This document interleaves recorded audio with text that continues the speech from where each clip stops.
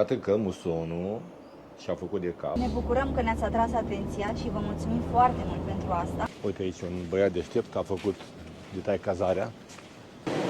Știi care e treaba? Care? La cât costă o deplasare în Seychelles? Plouă ninge.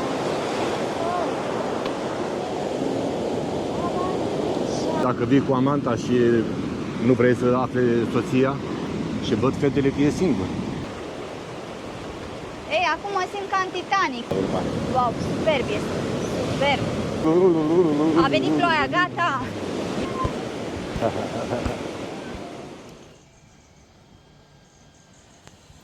Avem un prieten nou care și-a găsit loc pe aerul condiționat de la balconul nostru. Oare ce păsăre o fi?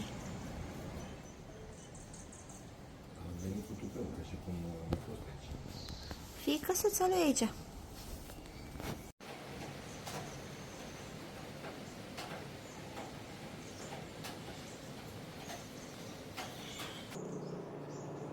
Ce tablou frumos avem noi aici.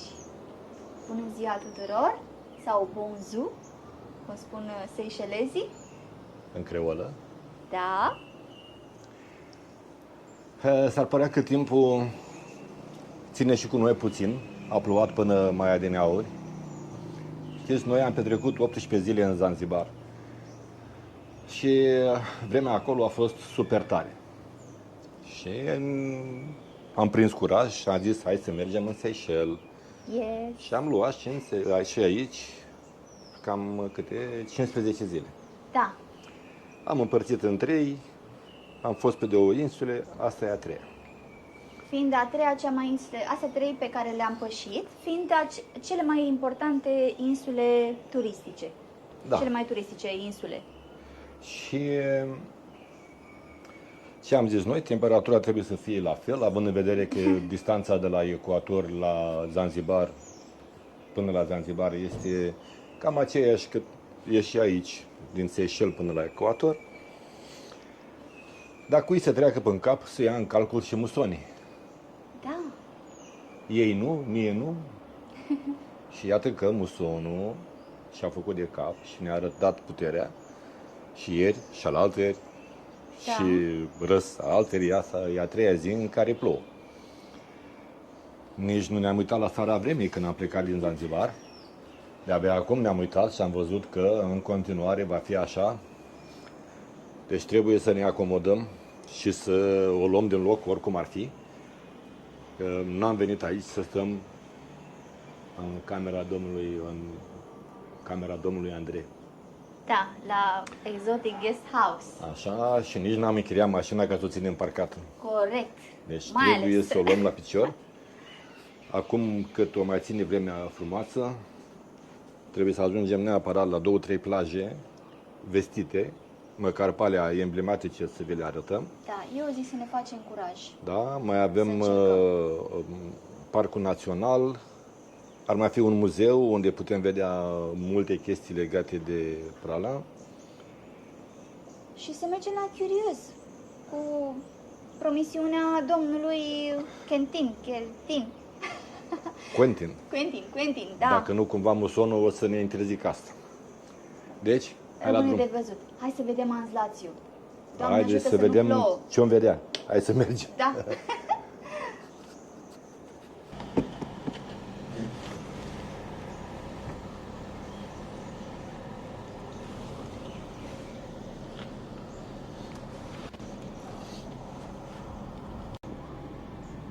Uite pe domnul Andrei. Domnul Andrei, da. The owner, proprietarul.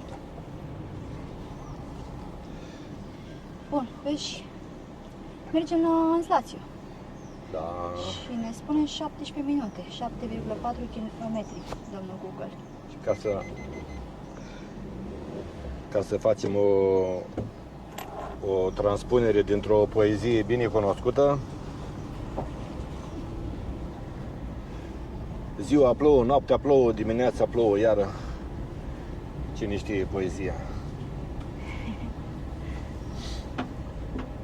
Ca care zice ziua ninge, noaptea ninge, dimineața ninge, iar O frunză nu se mișcă. față de ieri. Da. Pentru ieri au anunțat că vântul ar avea o viteză de 18 la oră și pentru astăzi 23. Numai că astăzi nu mai bate. A redus viteza la 0. Măcar de-ar fi așa, dar dacă nu bate vântul, nu fug nori. Cum facem? Deci urmăm recomandările primite de la unii dintre dumneavoastră în comentariile de pe YouTube. Unele dintre ele coincideau și cu planurile noastre, coincid cu planurile noastre. Și vom face tot posibilul să ajungem la Petit Lazio, la Ans Lazio, la Ans Georget. Și o mai vedea. Și mai vedea, suntem la mâna muzonului. Bineînțeles, sperăm să nu plățim cum am plățit în Ladig, când eram super convins că am ajuns la plaja Ans Maro și de fapt eram la o altă plajă. Noi am băgat pe Google Ans Maro, ne-am ținut de drum. Când s-a terminat drumul, acolo unde am ajuns noi, se termină drumul, am zis că gata, am ajuns, nici nu ne-am mai uitat pe harta de pe Google Maps să vedem dacă mai aveam sau nu mai aveam până acolo. Am fost cu nicio intenție, n-am vrut să vă ducem în eroare, noi chiar eram convinși și am rămas convinși până când câțiva urmăritori ne-au spus, vedeți că sunteți în altă parte. Ne bucurăm că ne-ați atras atenția și vă mulțumim foarte mult pentru asta.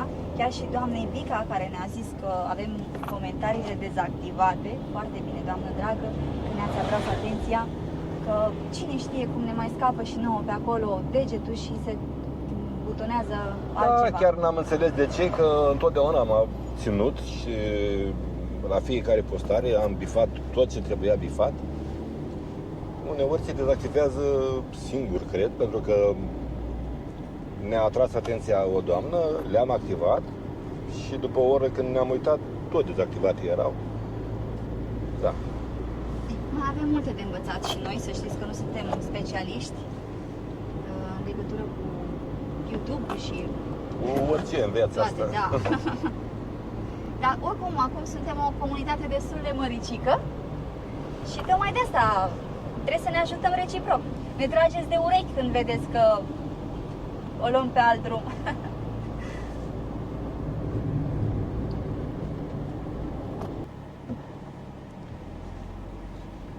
Ne apropiem de destinație, ia uitați cum se vede. Ce combinație de culori, albastru cu turcoaz, cu verde, roșu ăsta de pe marginea drumului. Mai avem 2 minute, ne zice Google, și nu știu cât 500 de metri. 500 de metri. Asta până la Ans Lazio. E prima care ne iese în cale.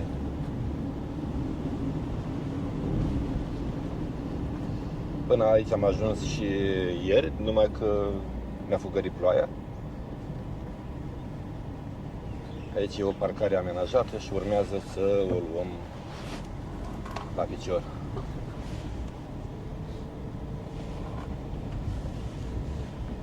Băgăm la umbră aici. Dar nu, că a zis nenea că... Să avem grijă de... Oi, bine, nu parcăm la umbră. Wow, ia de la mine aici puțin. Că ne cad nucile pe mașină. Ia uitați ce avem aici. Ce cocotieri cu frunze mari și cred că astea sunt chiar cocodumeri, sper să nu zic prostioare. Dar o să ajungem și la Parcul Național să ne confirme cineva că astea sunt. Ia uite cât de mari sunt frunzele. E, uite-mă acum. Hai să coborăm. Întâi trebuie să ridic geamul, pot să cobor.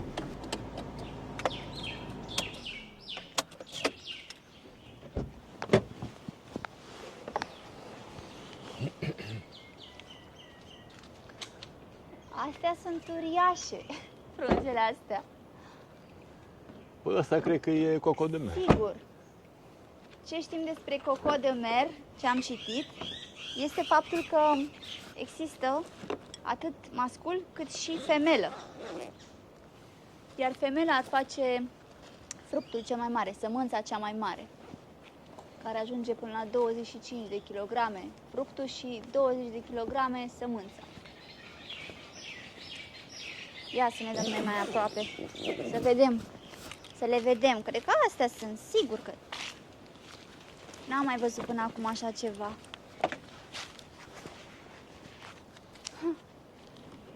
Vezi, Nesiu, împușcăm 2 iepuri astăzi. Vedem și coco de mer. Ia aruncă și tu un ochișor să vedem, să ne consultăm împreună. Da, clar că da. După imaginile pe care le vedem pe Google, am zice că astea ar fi. Astea sunt, doar că sunt micuțe, adică n-au ajuns la maturitate și n-au căpătat formele acelea falice. Da, Dar o să mai vedem, dacă ajungem și la Parcul Național, sigur. vedem și acolo. Hai să vedem plaja, fiindcă acum vine ploaia peste noi.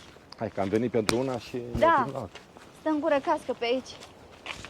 Cam complicat să nu stai gură cască, că sunt prea multe de văzut. Da. Și coco de mer este foarte interesant pentru că e o specie de palmier care are origine aici, pe această insulă și pe micuța insulă Curios. învecinată Curios.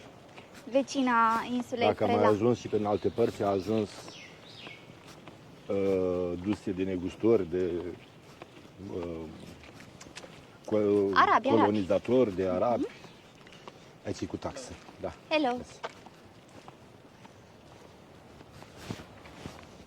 How much is? Yeah. Ce arată domnul acolo? Ah? Se scoate în bănuțul. Are un bilețel de la altul rămas, cred. Nu l-am văzut acum. Și vrea 100 de rupii. O fi pentru parcare sau 100 rupee for the all day. Okay. That tree, that palm is coco de mer? Coco de mer. Okay, thank you. The female or the The masculine? male one. A female. The male. The female. Female. Thank you very much. Thank you. Așa. Deci avem o doamnă acolo, coco de mer. Uite, mașinuța asta de-am văzut-o ieri la Da, restaurant. mă, uite că are și acoperiș. Pare Au venit prelată. băieți aici, la plajă. Da. Au adus gagicile la plajă. Sau, de fapt, gagicile i-a adus pe ei. Depinde dacă o fi tot aia. Aceeași mașină. Ia uite ce de bălți s-au Uite ce a făcut mustonul, vezi? Cred că pe acolo e mai...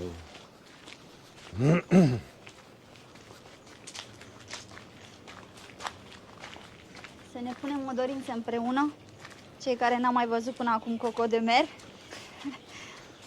Da, fructele copacilor masculini, cei care avea o formă de falus, iar cele ale copacilor cu sex feminin are forme feminine, să zic așa. Pelviene, scria Da. în descrierea pe care o făceau colonizatorii de atunci. Hello, hello. Hello, have a good day. Și tocmai de aceea negustorile le luau de aici și le duceau în Europa și unii mai mergeau pretinzând că au putere afrodisiace și le vindeau cu prețuri foarte, foarte mari. Dar chiar și acum se vând undeva pe la $600, am citit. Nu știu cât de actualizată e informația. 200 și 600, Da. în funcție de putere de negociere. Da. Dar Probabil că se vând așa când te duci cu ele pe un alt continent, ca aici. Da.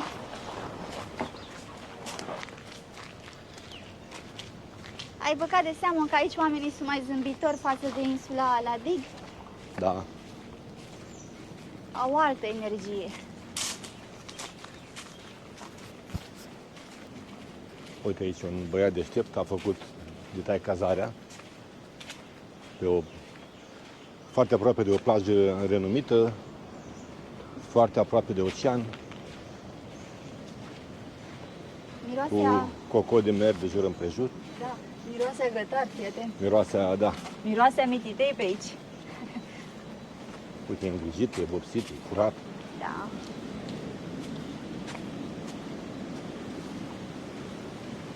Se pare că oceanul nu e chiar așa cu minte.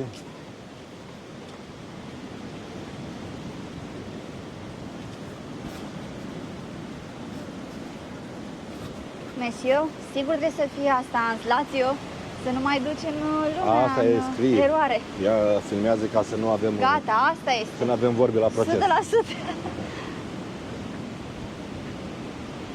Aici scrie restaurant Ans Lazio. Cum? Scrie restaurant. Dar nu, dar scria mai înainte. Nu, am trecut pe lângă. Asta trebuie să fie.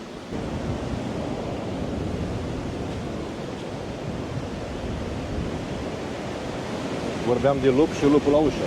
Am zis că nu bate vântul, dar uite-l. E Bate aici. foarte bine. Fii atent. Că aici au căzut frunzele, să avem grijă la nucile astea. Nu sunt. Am avut grijă să le scuture. Uite, dacă vrei să-ți fac aer, pot să-ți fac cu frunza asta. Asta o folosim pe post de umbrelă. Ușor. Cu astea fac localnicii acoperișurile. Da. Așa.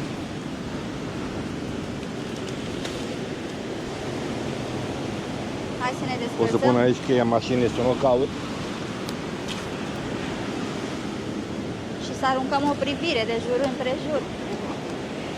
Sunt destul de mulți oameni.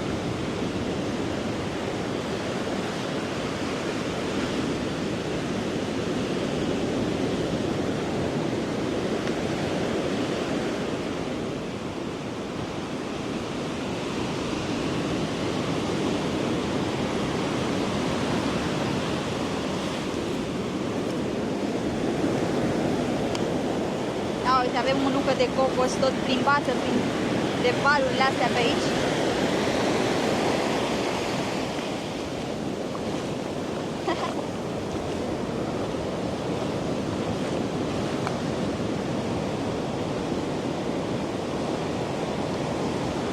Astăzi avem o zi cu valuri uriașe.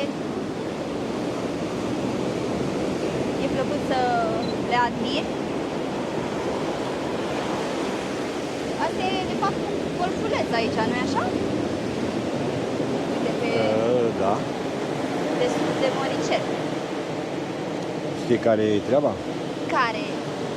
La cât costă o deplasare în Seychelles, plouă, ninge, tonă, bate vântul, trebuie să faci plajă, că doar de-aia ai venit. Așa este. Nu trebuie să comentezi. Chiar așa. Păi, dai atâția bani să ajungi până aici și te duci la plajă la Mamaia.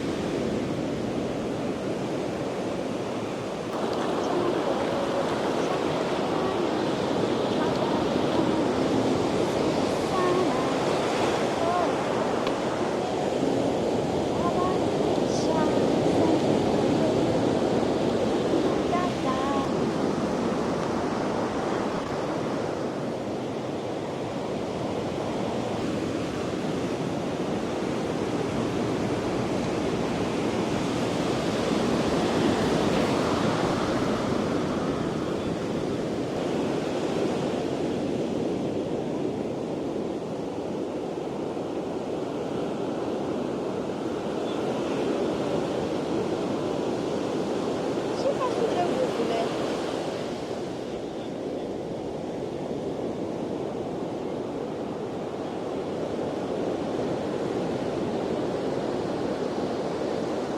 Plaja Anselatio este foarte atractivă pentru turiști, deoarece oferă și posibilități de snorkeling și mulți sunt atrași de treaba asta. Și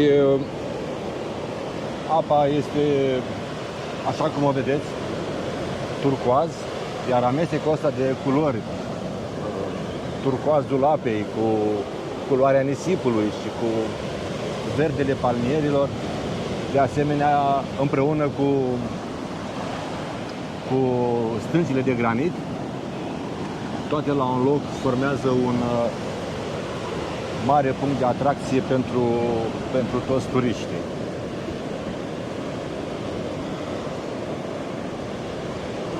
Este un loc ideal pentru fotografii, pentru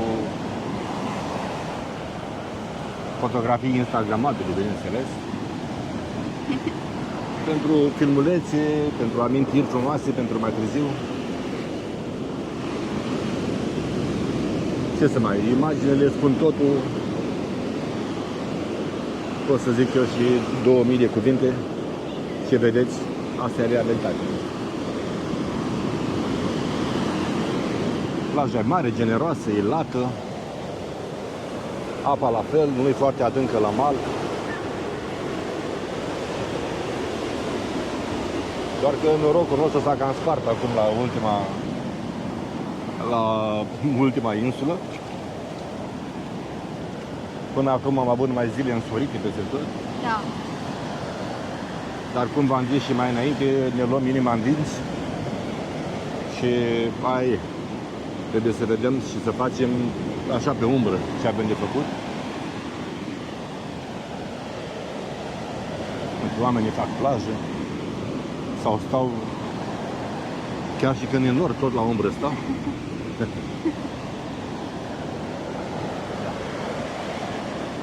Nu e lungă? E destul de mare. Îți poți alege locul după cum te simți în ziua respectivă. Vrei mai central, mai, știu, într-un loc mai agitat. Vrei la izolare. Acolo între stânci să nu te vadă nimeni. Depinde și cu cine vii. Da. Între stânci și palmieri aceia. Ia uitați ce frunzăriși des acolo, ce dacă vii cu amanta și nu vrei să afle soția, uite, mai vin niște nebuni ca noi care filmează, te bagi acolo între stânci. Dacă vii singur, stai aici la vedere, că poate te filmează cineva și văd fetele că e singur. Wow, ce frumos acolo. Da, e super tare. Sau poți să vii și cu amanta și cu soția și împaci și capra și parța. Uite, vezi, cine are idei. Și cum, tot între stânci sau aici la vedere? La vedere, că n-ai de ce să te mai ascunzi. N-ai de cine să te mai ascunzi. Dacă vii cu o amantă. Acum e altă problemă. Hai să nu ne complicăm acum. Vom merge până aici la stâncile alea și după aia facem cale întoarsă. După cum vedeți, nu prea e descaldat. Curenții sunt destul de mari, de puternici. Chiar dacă apa nu e adâncă, dar am intrat așa până la genunchi și simți curentul. Hai să arătăm oamenilor și locșorul ăsta aici. Uite, aici e un fărăiaș cu apă dulce care vine din insulă.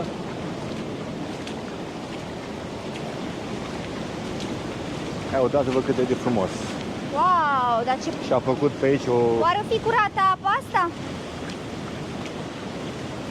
Vezi cum se vede? S-a făcut o albie prin nisip, a săpat din malurile top.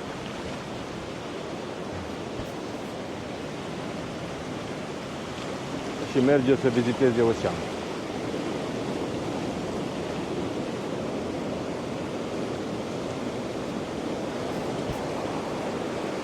Mesio! Uite, mai sunt de-al de mine care își filmează partenerile. Vino! Fiecare își face datoria în felul lui. Vino să vezi lumea cu alți ochi!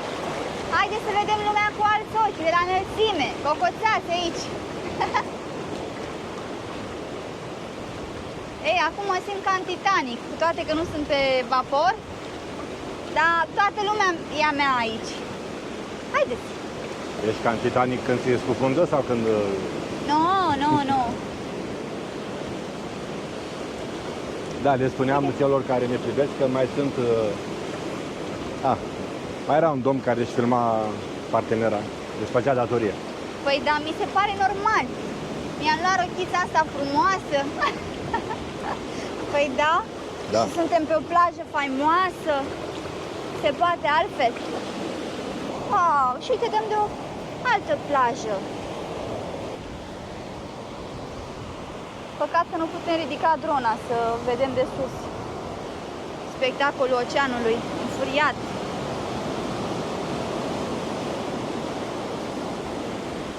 Trebuie să vedeți dacă începe ploaia ce spectacol vom avea. E foarte aproape ploaia, o vezi? Da. Uite, insula aia nu se mai vede din cauza ploii. Cred că ar trebui să o ștergem, că avem echipamentul lăsat acolo la umbra palmierului. Hans, Lazio, ne place și despre tine.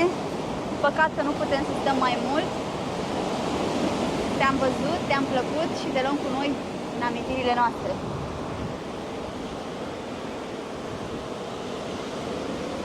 Ploaia care vine ne trimite la muzeu. Hai, monsieur. Stai că am aici un peisaj extraordinar. Dar tu vezi că rocile astea totuși se deosebesc și astea între ele. Asta e mai roșiatică.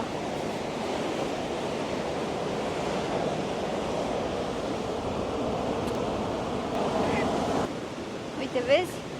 Există și o parte care mai puțin plăcută când trebuie să te desparți de un loc frumos. Nu prea avem ce face.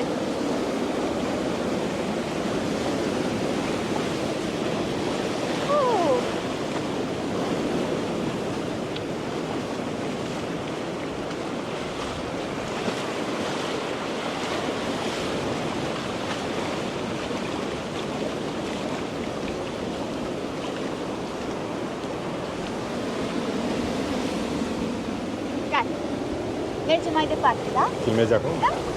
Ce filmezi? Pe tine. Ați văzut ce fată frumoasă am și ce rochie elegantă și-a luat. A uitat pantofii cu tot, dar în rest... Lazio, păi cum? Da, și mărgerele. Fata, ai uitat să-ți iei perele, ai uitat să-ți iei pantofii cu tot. Eu renunț și la pantofi, renunț și la mărgele ca să fiu în fiecare zi într-un loc ca acesta. Nu o să duc lipsat. Promit. Ia uite ce bine e, picioarele prin nisip. Dar m-a zis eu că ea e despărțită în piese mici. E rămasă în fiecare loc până am fost. Ia uitați ce e acolo. Junglă. Cum să nu-ți placă aici, cu oxigen, cu atâta frumusețe de jur împrejur. Asta e un părăiaș? De unde o fi apa asta? Acolo e un fel de lac. Păriașul ăla, acolo am găsit o chestie și a făcut un lac. Și mai departe curge în mare. În ocean, pardon. Ei, zi tu, mâine dacă mergem unde a zis băiatul ăla că mergem și-o fi vremea așa la curios. și 90% așa o să fie, prefer să pierd pe aia 50 de euro decât să mai dau încă 100 Da, și da. să stau pe acolo zgribulit. Și mai mult de asta, avem echipamentul ăsta care nu prea ne permite să ne facem noi de Echipamentul cap. nu ne permite și în afară de asta ia și fă snorkeling pe valurile astea. Asta chiar nu Da. mă bag. Poate îl băgăm pe băiat, cu GoPro-ul la apă să ne arate, vedeți și noi. El nu merge, mergați. Merge capitanul, a zis că merge al băiat, da? Poate fi puțin mai soare totuși, măcar câteva ore. O oră, Da. două, trei acolo, eu știu cât s-o îndura. Dar la 9 la 3 a zis că ar fi programul. Plecăm la 9 dimineața și ne La 9 întoarcem. să fii acolo, pe la 9 jumate pleci, ca 10 ajungi în partea alaltă, că nu faci mai mult de un sfert de oră. Da. Și de la 10 până la 2 stai acolo, de la 2 la 3 ajungi aici, la 3 zici gata, s-a terminat. Gata. Am adus, ia uite ceva de urmă. Wow, superb este. Superb. Uitați ce spectacol frumos! Aici îți rătăcești gândurile, le împrăști, le arunci pe cele rele și le adun pe cele bune. Sau ți le amestecă. Sau le amestecă, da. Uite că vine ploaia, uite vaporii de... E aici, hai. Gata, hai să mergem. Hai să facem cu mâna lui Hans Lazio. Goodbye. Ce ziceți, vă place Hans Lazio?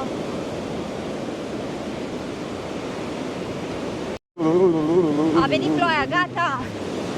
Hai repejor. Mișcare, mișcare.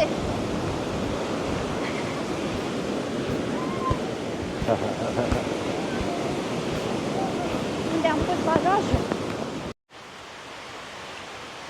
Ne-am găsit un adăpost.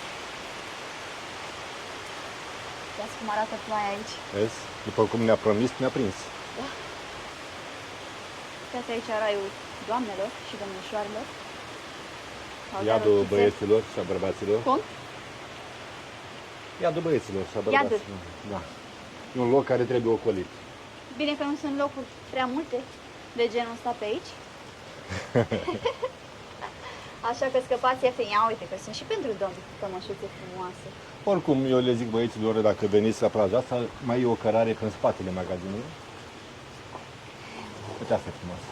Foarte frumoasă asta. Foarte frumoasă.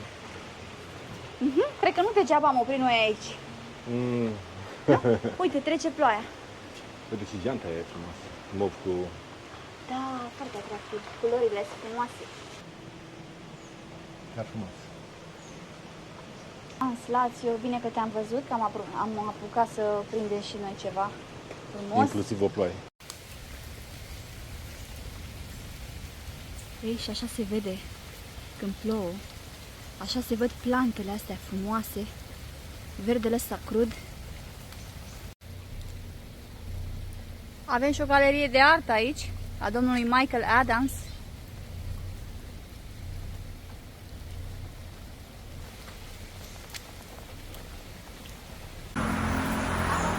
Monsieur, ocupă-te tu, că eu... You sure? It's once in a lifetime. Ia uite ce drăguțe sunt! Poate mă mușcă cu totul, vezi ce dințișoare au? Cum stau ele agățate, măi!